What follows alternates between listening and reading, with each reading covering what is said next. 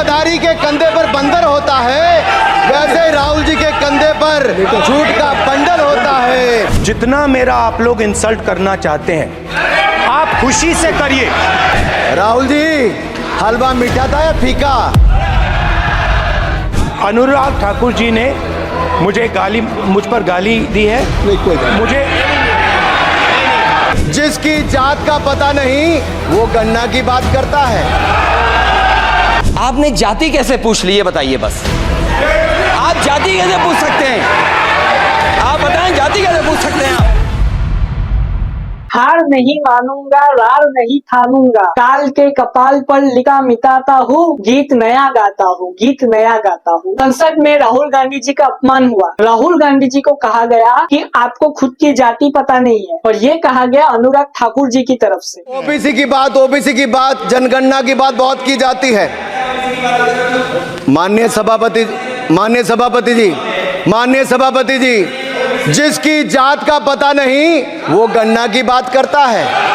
अनुराग ठाकुर जी हमीरपुर से सांसद है। उन्होंने राहुल गांधी जी पे डायरेक्टली आरोप लगाया और उन्होंने अपनी स्पीच में कहा कि जिनको खुद की जाति नहीं पता वो जाति जनगणना की बात करते हैं। ये सीधा राहुल गांधी जी पे आरोप था कि आपको खुद को ही आपकी जाति नहीं पता। राहुल गांधी जी और अपोजिशन ने हंगामा किया इस पे। स्पीकर ने अपोजिशन से बैठ जाने को कहा और कहा कि अनुराग ठाकुर जी की स्पीच खत्म हो जाने दीजिए, लेकिन अपोजिशन एमपी हल्ला मचाते रहे। आप लोग बैठ जाएं, माननीय मंत्री जी की स्पीच, माननीय अनुराग जी की स्पीच खत्म हो जाए। बैठे आप लोग बैठ जाएं। मैं आपसे उन्होंने मुझे इंसल्ट किया, मुझे बोलने दीजिए। उनकी वो भी जोर से चिल्लाने लगे, जिसकी वजह से स्पीकर को राहुल गांधी जी को खड़ा होकर बोलने का मौका देना पड़ा। राहुल गांधी जी ने खड़े होकर कहा कि मेरा अपमान किया गया है, लेकिन मैं जाति जनगणना बिल इस पार्लियामेंट में पास करके रहूंगा। सर देखिए,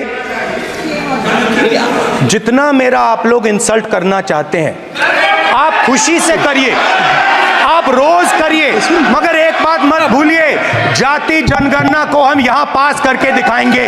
और ये भी कहा कि मुझे किसी की भी माफी नहीं चाहिए और ना ही किसी बीजेपी वालों की मुझे माफी चाहिए। आप कितना भी मुझे इंसल्ट करिए, लेकिन जाति जनगणना बिल तो पास होकर ही रहेगा। अनुराग ठाकुर जी ने कहा कि मैंने तो किसी का नाम ही नहीं लिया। राहुल गांधी जी वापस खड़े हुए और उन्होंने कहा जो भी इस देश में दलित, पिछड़ा वर्ग, आदिवासियों के मुद्दे उठाता है उनको गाली खानी ही पड़ती है। बिकॉज सर, जो भी इस देश में दलितों की, आदिवासियों की, पिछड़ों की बात उठाता है, जो भी उनके लिए लड़ता है, उसको गाली खाना ही पड़ता है।